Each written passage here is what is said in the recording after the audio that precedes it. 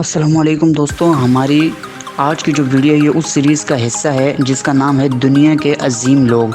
اور آج ہم جس شخصیت کا ذکر کریں گے، جس عظیم انسان کا ذکر کریں گے، ان کا نام تھا سلطان صلاح الدین ایوبی رحمہ اللہ۔ سلطان صلاح الدین ایوبی مصر کی ایوبی حکومت کے بانی تھے۔ 532 ہجری بمطابق 1137 عیسوی میں پیدا ہوئے۔ ان کے والد کا نام نجم الدین ایوب اور چچا شیر کوہ عراق کے بادشاہ سلطان نور الدین کے اعلیٰ افسر اور مشیر خاص تھے۔ سلطان صلاح الدین کی تعلیم دمشق میں ہوئی۔ جب وہ بڑا ہوا تو وہ بھی سلطان نور الدین کے دربار میں کام کرنے لگا۔ 560 ہجری بمطابق 1164 عیسوی میں نور الدین نے شیر کوہ کو مصر فتح کرنے کے لیے روانہ کیا تو سلطان بھی اپنے چچا کے ساتھ گیا۔ عیسائی فوج سے اسلامی فوج کی 4 لڑائیاں ہوئیں اور ان میں عیسائیوں کو شکست ہوئی۔ چونکہ عیسائیوں نے مصر پر زبردستی قبضہ کر رکھا تھا، اس لیے ان کی شکست کے بعد مصر کی حکومت وہاں کے اصلی حکمرانوں یعنی فاطمی بادشاہوں کے ہاتھ میں آئی۔ بنی فاطمہ کے بادشاہ نے شیر کوہ کو اپنا وزیر بنا لیا، لیکن اس کا بہت جلد انتقال ہو گیا۔ اس لیے 565 ہجری بمطابق 1169 عیسوی میں سلطان صلاح الدین ایوبی وہاں کا وزیر بنا۔ اس نے وزیر ہوتے ہی سب سے پہلے مصر میں خلیفہ بغداد کا خطبہ پڑھا اور اس طرح عالمی اسلامی کا شیرازہ اب تک بکھرا ہوا تھا، اس طرح اسے یکجا کیا۔ فاطمی بادشاہ کا انتقال ہو گیا تو بغداد کی حکومت اس کے ہاتھ میں آ گئی اور وہ یہاں نور الدین کے گورنر کی حیثیت سے کام کرتے رہے۔ نور الدین کے انتقال کے بعد جب اس کا بیٹا تخت پر بیٹھا تو امیروں نے اسے کٹھ پتلی کی طرح نچانا شروع کر دیا۔ یہ حالت دیکھ کر سلطان صلاح الدین نے مصر کو بھی اپنی حکومت میں ملا لیا اور اب اس کا وہ کام شروع ہوا جس کے لیے اس کا نام تاریخ اسلام میں سنہری حروف میں لکھا جاتا ہے۔ مسلمانوں کے آپس کے جھگڑوں نے ہمسایہ عیسائی حکومتوں کی ہمت بڑھا دی تھی، یہاں تک کہ انہوں نے بیت المقدس کو جو 500 سال سے مسلمانوں کے قبضے میں تھا ان سے چھین لیا۔ یورپ کی حکومتیں ان عیسائی حکومتوں کی مدد کر رہی تھیں اور ہر طرف لوٹ مار کا بازار گرم تھا۔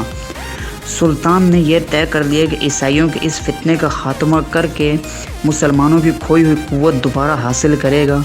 اس تہیہ کے بعد 573 ہجری بمطابق 1178 عیسوی میں ان سے لڑائیوں کا سلسلہ شروع ہوا جنہیں تاریخ صلیبی جنگیں کہتی ہے۔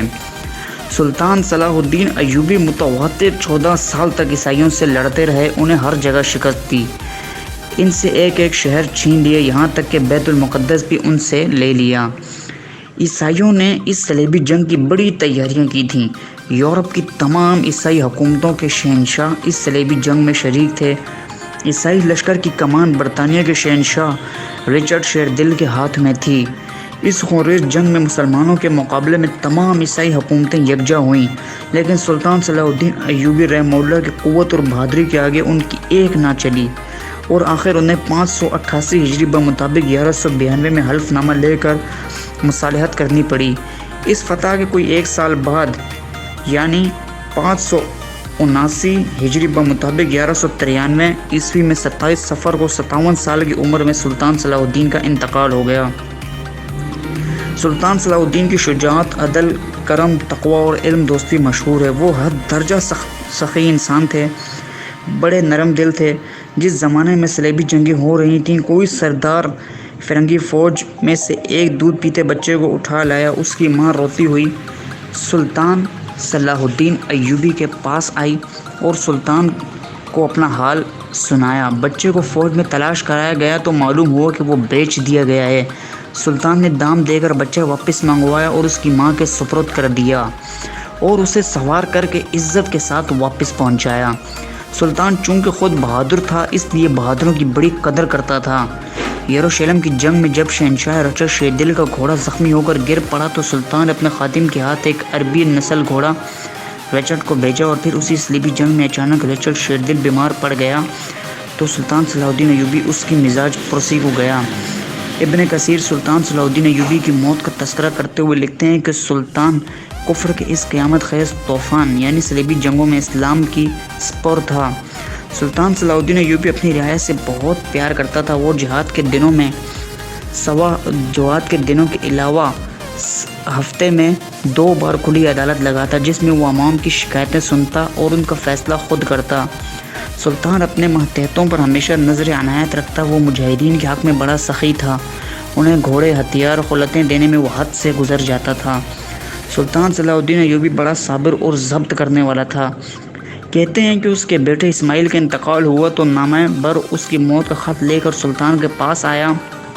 سلطان نے وہ خط پڑھا، لیکن اس کے چہرے کے اتار چڑھاؤ سے پاس کھڑے لوگوں میں سے کسی نے بھی اندازہ نہ کیا کہ یہ خوشی کی خبر تھی یا غم کی۔ یہ تو لوگوں کو بعد میں معلوم ہوا کہ اس خط میں اس کے بیٹے کی موت کی خبر لکھی تھی۔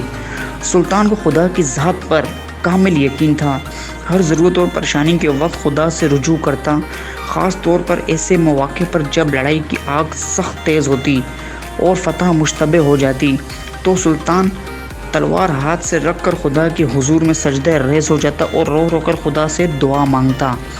ایک بار سلطان صلاح الدین ایوبی رحمہ اللہ سخت بیمار ہوئے، حمام میں نہانے کے لیے داخل ہوئے، پانی زیادہ گرم تھا، انہوں نے ٹھنڈا پانی منگوایا۔ جو شخص پانی لے کر آیا اس سے پانی ان کے اوپر چھلک گیا، مگر سلطان نے اسے کچھ نہ کہا۔ دوسری بار جب وہ پانی لایا تو اس سے سارا پانی گر گیا۔ دراصل وہ خادم سلطان کو قتل کرنا چاہتا تھا، لیکن سلطان پر حملہ کرنے کی اس کو جرأت نہ ہوتی تھی۔ سلطان بھانپ گئے اور بولے، اگر تمہارا ارادہ مجھے قتل کرنے کا ہے تو مجھ سے کہہ دیا ہوتا۔ وہ خادم جلال سلطانی سے کانپنے لگا اور قدموں میں گر کر معافی مانگی۔ سلطان نے اسے معاف کر دیا۔ سلطان صلاح الدین ایوبی رحمہ اللہ بڑے سادہ لباس پہنتے تھے اور معمولی غذا کھاتے تھے۔ ان کی فوج ان کی بڑی فرما بردار تھی، دل سے ان سے محبت کرتی تھی۔ سلطان نے دولت کو کبھی عزیز نہ رکھا، یہاں تک کہ جب ان کا انتقال ہوا تو ان کے خزانہ خاص میں صرف 1 دینار تھا اور وہ 27 درہم تھے۔ سلطان علم و فضل کے بڑے قدردان تھے، اس نے عالموں کے وظیفے مقرر کر رکھے تھے۔ تو دوستوں، یہ تھی سلطان صلاح الدین ایوبی کے بارے میں کچھ معلومات۔ تو انشاءاللہ ہم پھر ملیں گے ایک نئی شخصیت کے بارے میں معلومات لے کر، تب تک کے لیے اللہ حافظ۔